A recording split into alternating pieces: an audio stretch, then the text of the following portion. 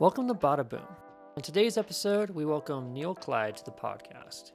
Neil has done books for DC and Marvel, such as Superman's pal Jimmy Olsen's boss Perry White and Spider-Man Kraven's Last Hunt. He's also had success in the independent realm with books like Nice Jewish Boys and The Panic. Today we're talking Neil's newest book with Comixology, Medieval. This book focuses on Danny, a New Yorker who loves baseball and is suddenly thrown into the medieval times. With his knowledge of the future, we'll see how a New Yorker might fare in the time of knights and kings. Listen in and bada boom! Hey Neil, how's it going? Good. How are you? Thanks for having me today. I'm doing well. Thank you for coming on. Thank you for coming on to talk to us about your new book, Medieval. I was able to read the first issue before coming on today, and it's a pretty good first issue, and I'm excited to see where the rest of the story goes. But how did the story get started? How did I feel like knights are something that we don't really see in like modern day, but we're kind of starting to see this kind of return to like let's rediscover old things, and this is one of those times where you've written a book about that medieval time frame, and I think people are going to enjoy discovering that time period again through the lens of a New Yorker even too. So So this one was really kind of inspired by two things. The first one was I had just finished two very heavy, emotionally grounded contemporary books. Right, one was a very dramatic book set in New York. One was a very dramatic personal book set in my hometown. And I was really looking for something a little bit more fantastical, a little bit something from the gut, right? That didn't feel like super like slice of life. And I wanted to do something that just kind of felt a little bit over the top. I also at the time had been reading Mark Twain's A Connecticut Yankee in King Arthur's Court, which is a book from the 1800s about a guy named Hank Morgan who gets hit on the head and ends up back in Camelot, and then really kind of like it's a treatise on like capitalism, right? It's about him bringing all the modern conveniences of life to Camelot.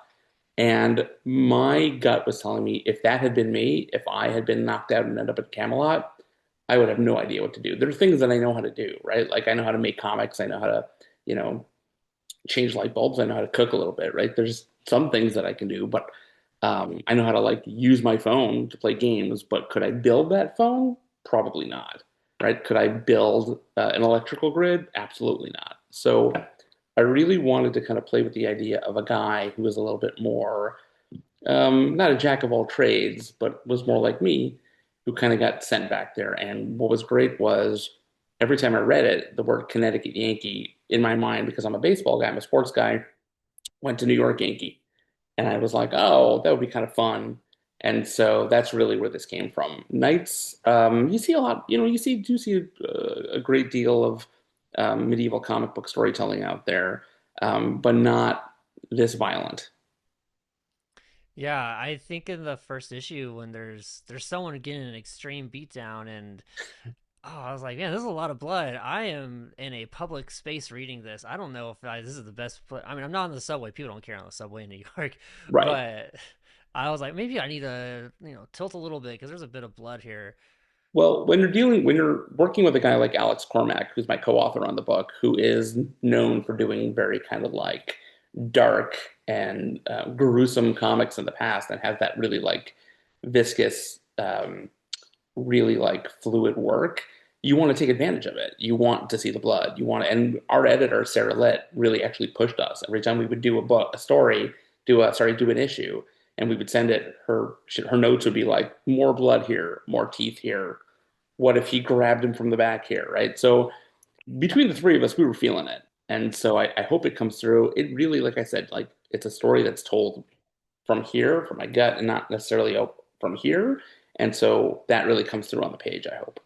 Oh yeah, I definitely think it does because like as I'm reading it, I'm not taking the book too seriously. I'm like, oh, it's a fun book to read. There's like, yeah, there's an element of violence to it too, but I'm like also like it's the medieval times, and this character is probably like, hey, I'm defending this small little town that's willing to feed me and give me drinks and stuff, and I'm trying to reintroduce plumbing because that's what he's familiar with.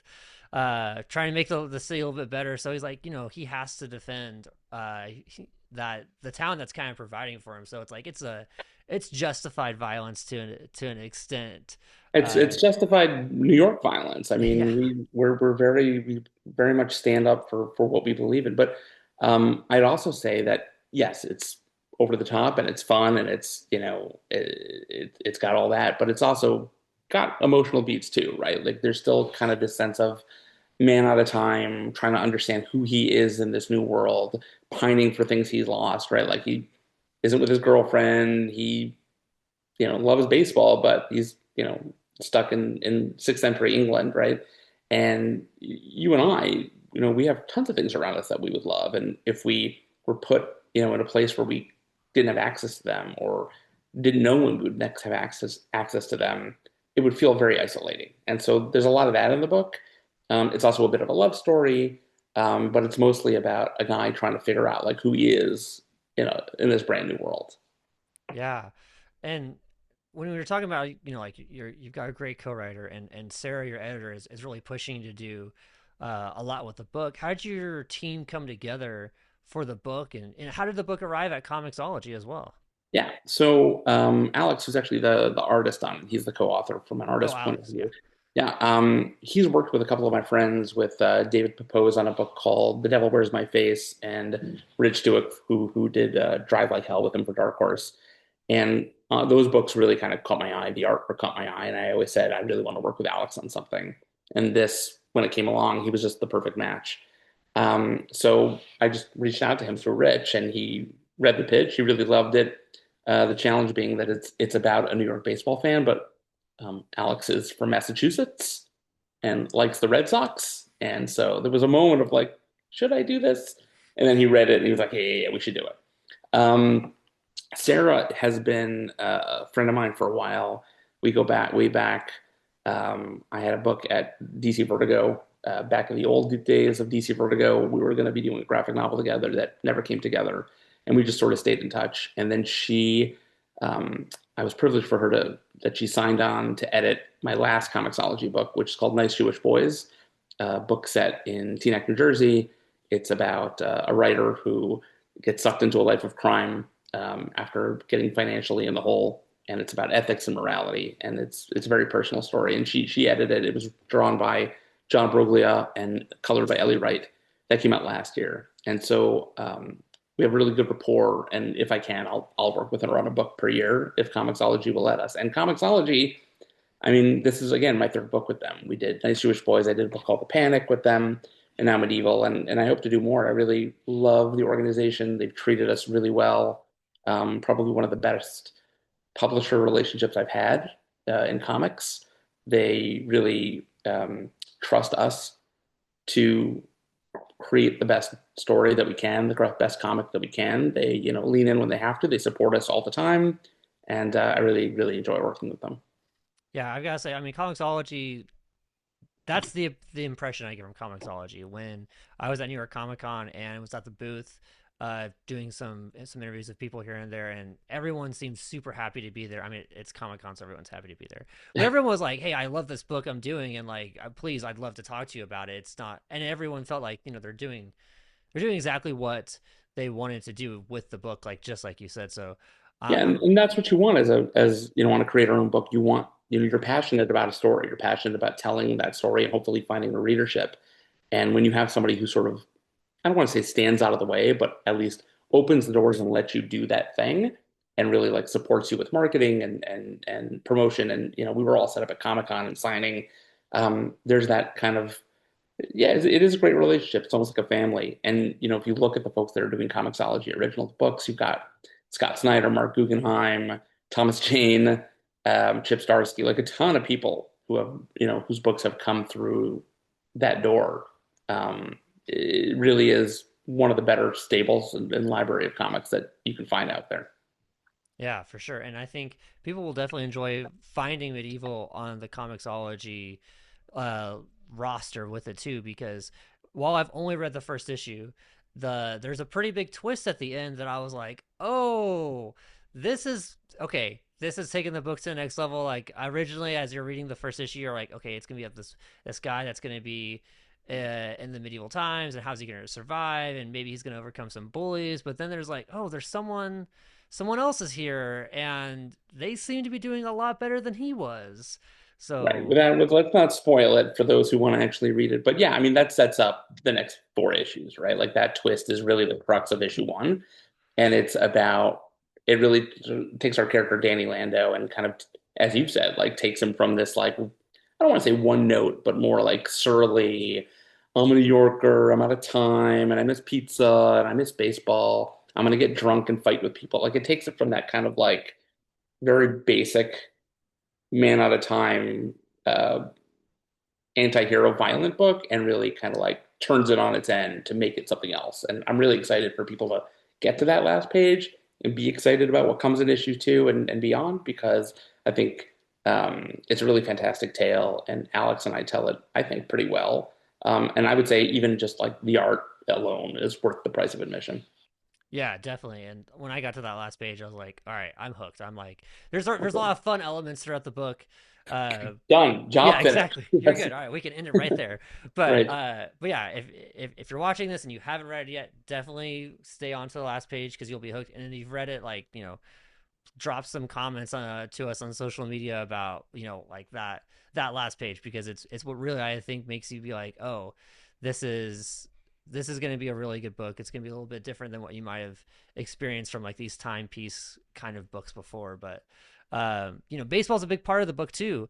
And I was reading this book as the Dodgers are fighting the Blue Jays, and so I couldn't help but be like, man, baseball is having a much more significant moment, I feel like, in the cultural presence at the time. So I was curious if like that element of baseball came into the to your mind while you were writing the book, or how baseball in general has maybe impacted how you're writing the book.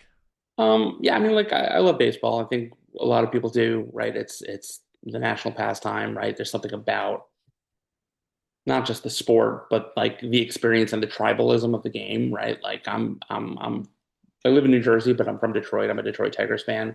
And so where I live, there's not a lot of other Detroit Tigers fans. So it's sort of tough to go to a game and be like one of the few fans there. But the fans that you see and you meet are like, hey man, I'm a Tigers fan. It's like you see somebody with that, Royal D on their blue, Navy cap walking down the street in New York. You kind of look at each other and you're like, what's up, right? And so that tribalism alone makes people feel like a kinship, not just to their team, but to the sport. And then, yeah, when you get, an amazing game or an amazing experience like we just had in the World Series, right? It really kind of elevates your love for the game. And so I do think that, even though I'm from Detroit, having lived in New York for quite a while, right? The fans here are quite passionate. Um, in one way or the other, either they, truly love their team or truly hate their team. And that passion, especially like if you go to a game at Yankee Stadium, and I'm not really allowed to use the Y word. It's a New York fan. I don't have the licensing to say Yankees. But if you go to the stadium in the Bronx and you get to sit anywhere near the bleachers during a game and kind of listen to the crowd, you really kind of feel that passion. And so for me, I've always wanted to tell a story about baseball or a baseball related story.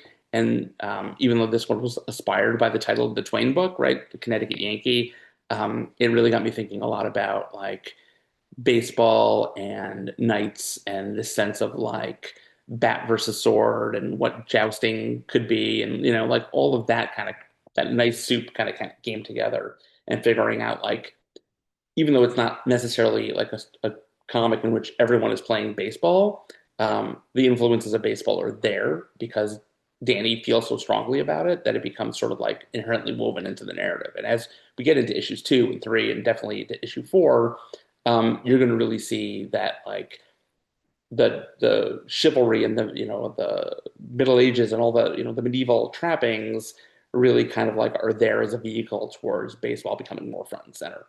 So stick with it because if you're a baseball fan, you'll really love the way this one ends.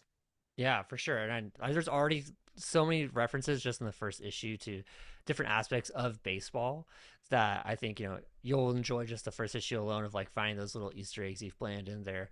And you're totally right. Like I was in my comic book shop today, and there's a guy wearing a New York Knicks hoodie, and I'm like, hey.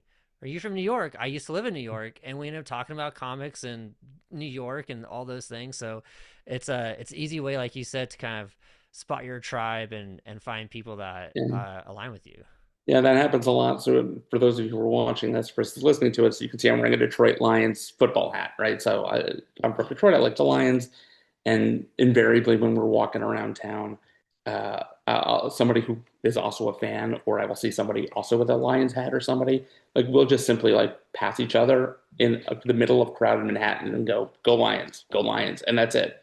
And that's happened to me. That happens to me maybe once a week. Oh, it's a fun feeling.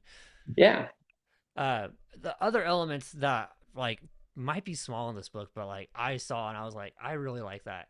One thing I wanted to really like just get your thoughts on actually was in the very beginning of the book there's a little playlist of 4 songs.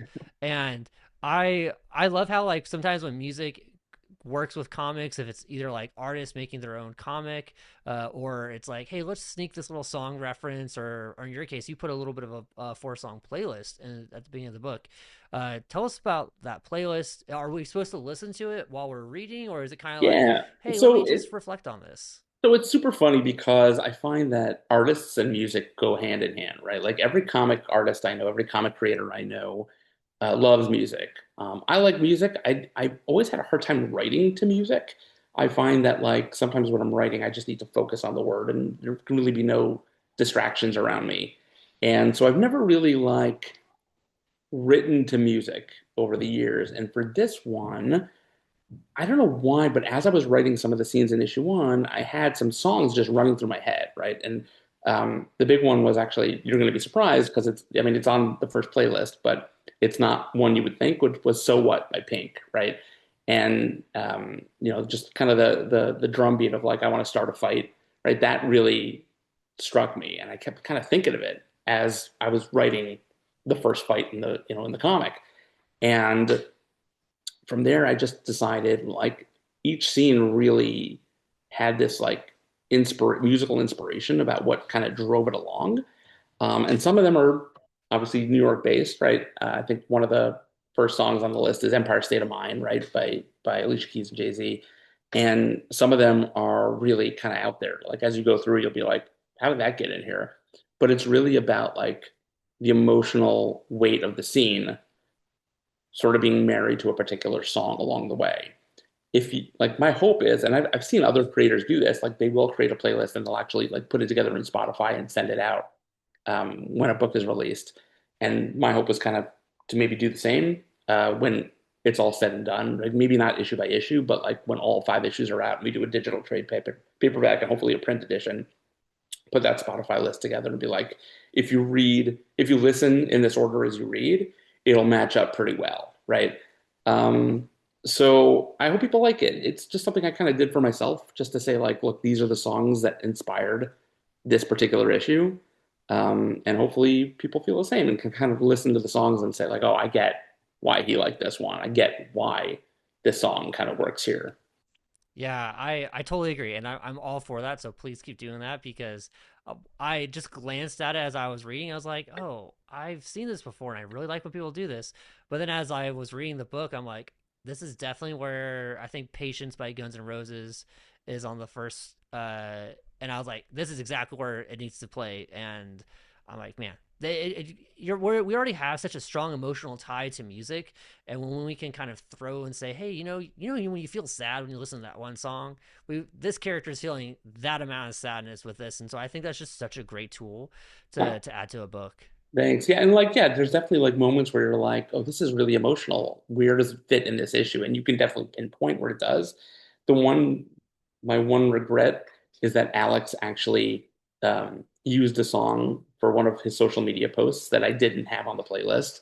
That I was like, oh, that's the perfect song, and I don't know where it would go, but it's "Beat on the Brat" by the Ramones, right? The Mm. lyrics simply like "Beat on the brat with a baseball bat." Like it was sort of genius. And I'm like, why did I not think of that one? Because I love the Ramones, but like very New York, baseball bat, kind of makes sense.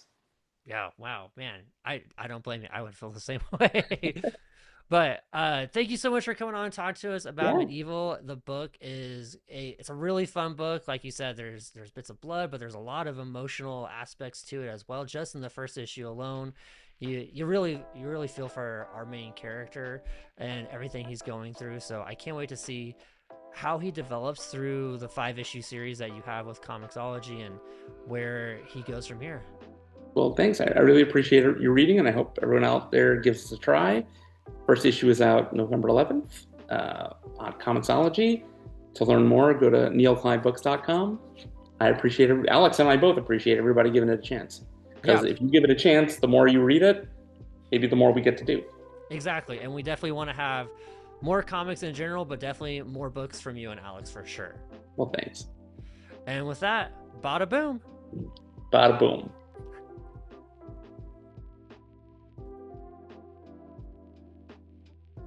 Thank you for listening to the Badaboom podcast. Keep the conversation going on Instagram, TikTok, and Twitter. Get in the comments on our YouTube channel and let us know what you'd like to hear next. And please subscribe to the podcast on Apple Podcasts, Spotify, and wherever you listen.